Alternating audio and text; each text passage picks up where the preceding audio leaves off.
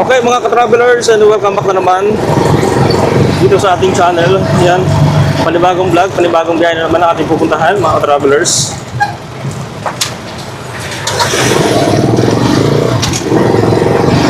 Yun, sa araw na ito mga ka-travelers, pupunta tayo ng sentro doon sa Tuguegarao City. So, medyo matraffic ngayon, gawa ng rush hour.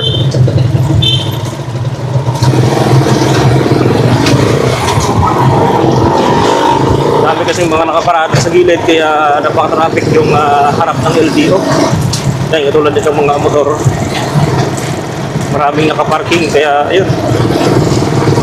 Laging traffic dito mga ka-travelers. No? Yun, sa mga hindi pa nakasubscribe dyan sa ating YouTube channel, baka naman mga ka-travelers, subscribe na rin kayo sa ating channel.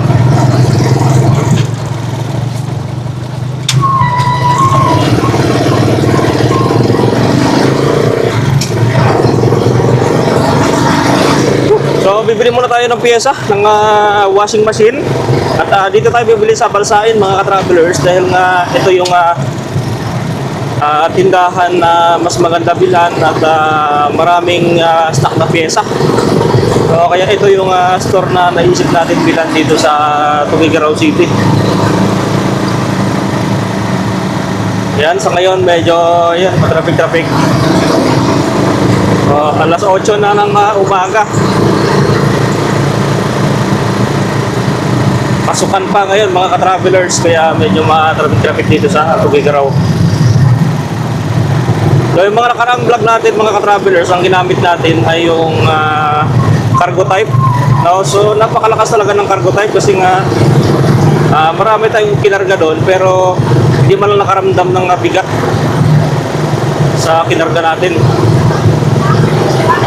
So napakalakas ng trike na yun.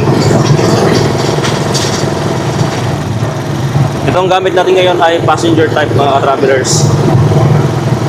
Ito naman kasi medyo naka-design sa high speed sa patag. Kaya mabilis, kaya nga lang medyo mahina sa ahonan.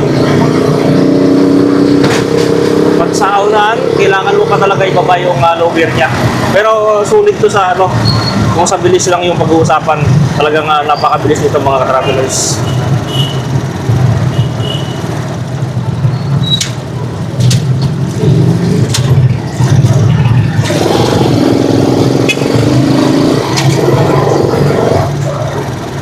Yun, hindi kasi gumigilid yung mga tricycle dito. Kaya pag pupunta kayo dito sa Tuguegarao, mag-ingat kayo sa mga tricycle dito. Ang gawa ng yung iba dito ay hindi na sila gumigilid. Sa gitna na lang nagbababa at sa gitna rin nagsasakay ng pasahero. Hindi naman lahat ng tricycle. Meron din naman pailan-ilan lang dito.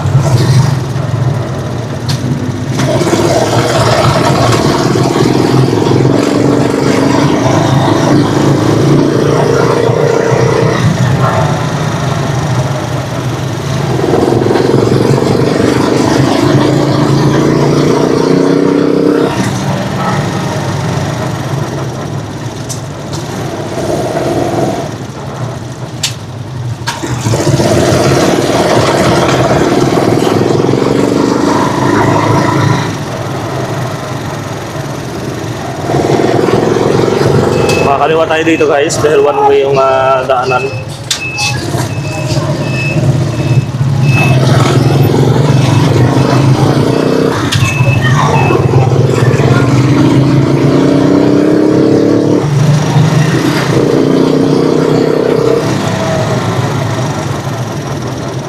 So naramdaman ko dito medyo umingay yung makina ng ating bike.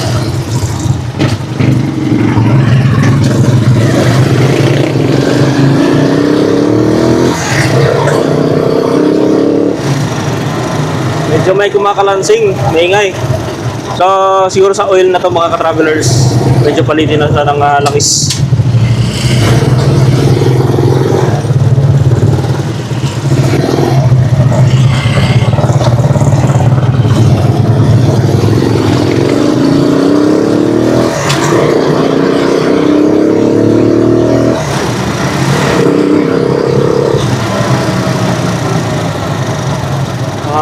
Diretso tayo ng Balsain guys.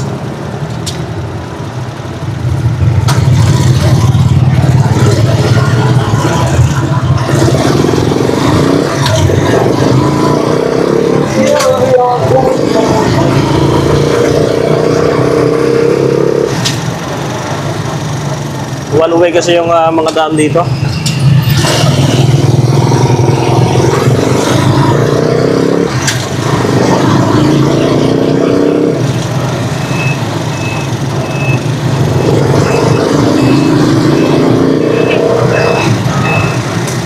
Yun. So pag ganun, umikot tayo ng pag ganun. Puro pa kaliwa yung ikot natin. At sa kanan tayo dito sa flight. Dito sa Balsain na road.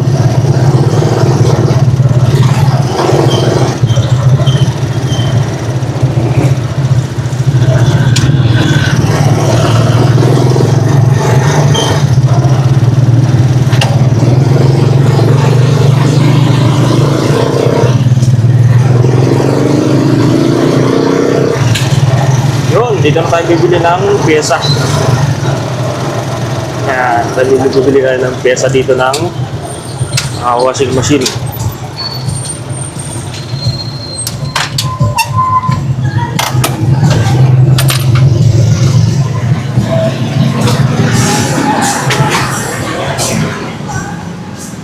Meron ganito kuya?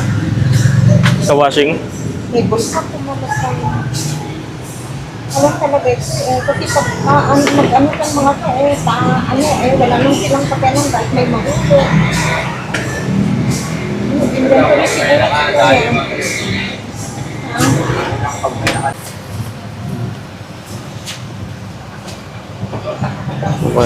Walay. Ano kayo, nandito na lahat yung mga natin, timer switch.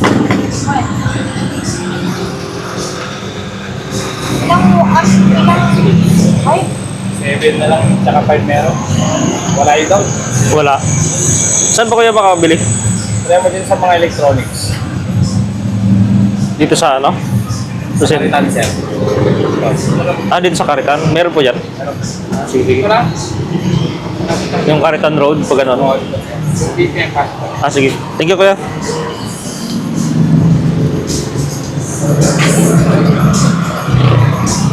Okay.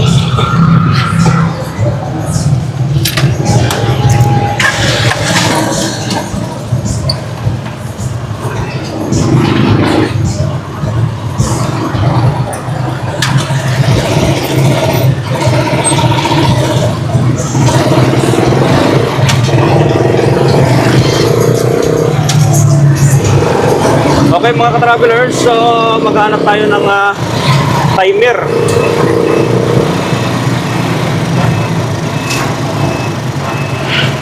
So, magkano kayo yung timer?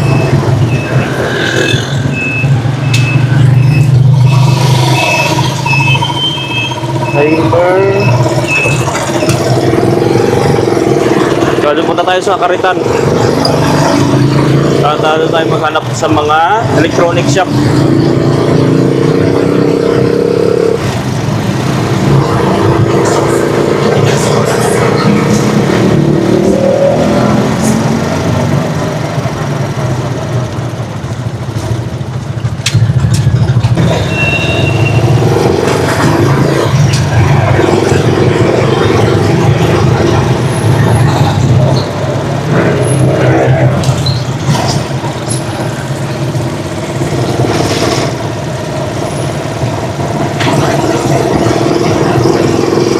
Yun, ito may electronic shop, circuit shop. Ito, try natin dito.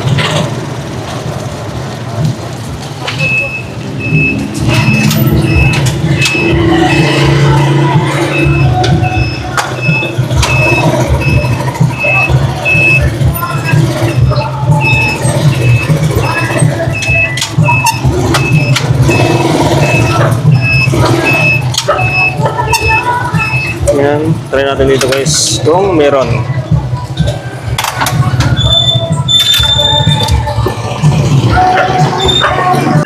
May timer ka nito te? Washing machine 400. Po 250. Magkaparehas din, no? parang sa pares ko. Ay, oh.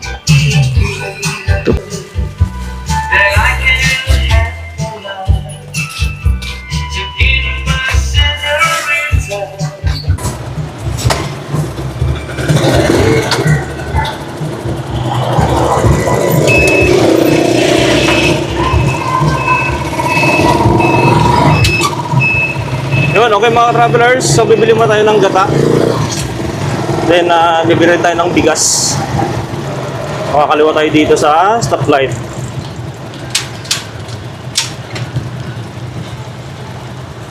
Punta tayo ng Don Domingo Public Market.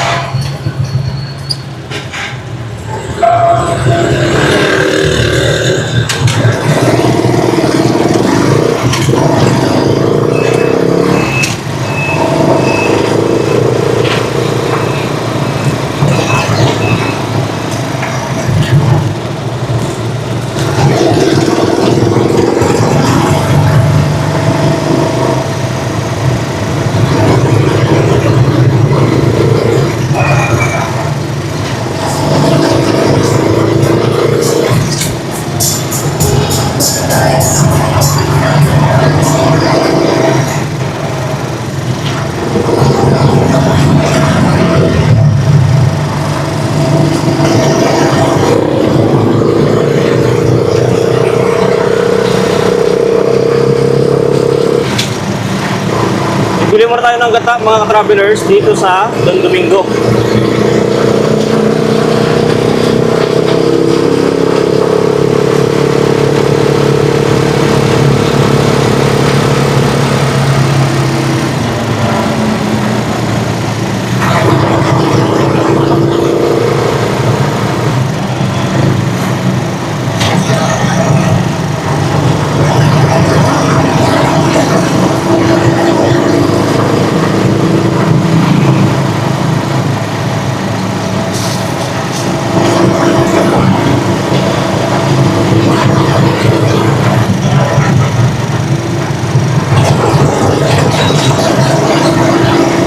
Yan, nandito tayo sa Don Domingo Public Market.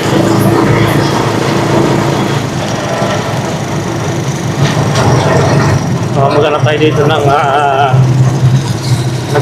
ng niyog, nagbebenta ng niyog.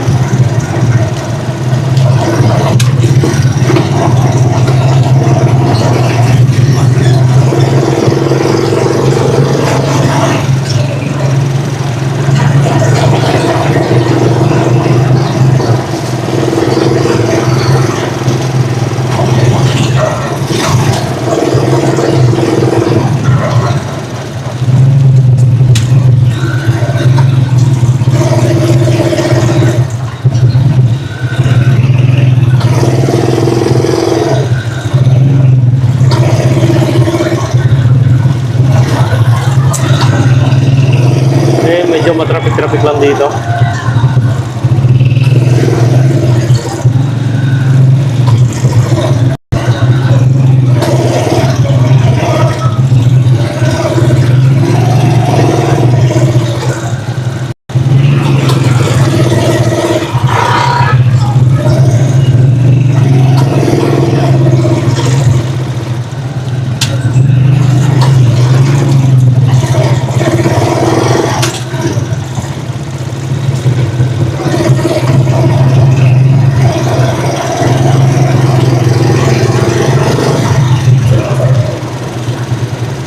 Kung mapapansin niyo mga travelers, yung ating trike naka-primera tayo pero mabilis. Yan. Ganyan po yung sitwasyon pagka naka-high speed.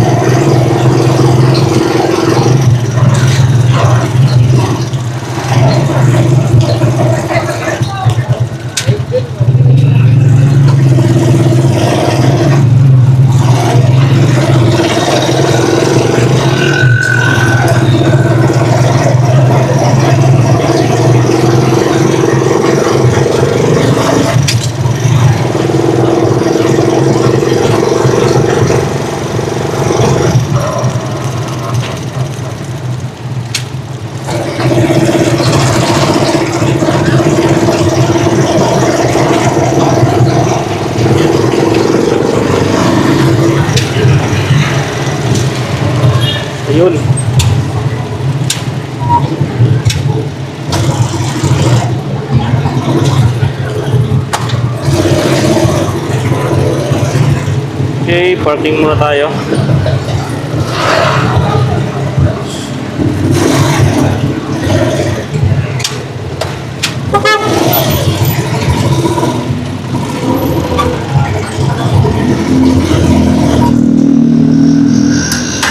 Okay. Tayo ng niyog.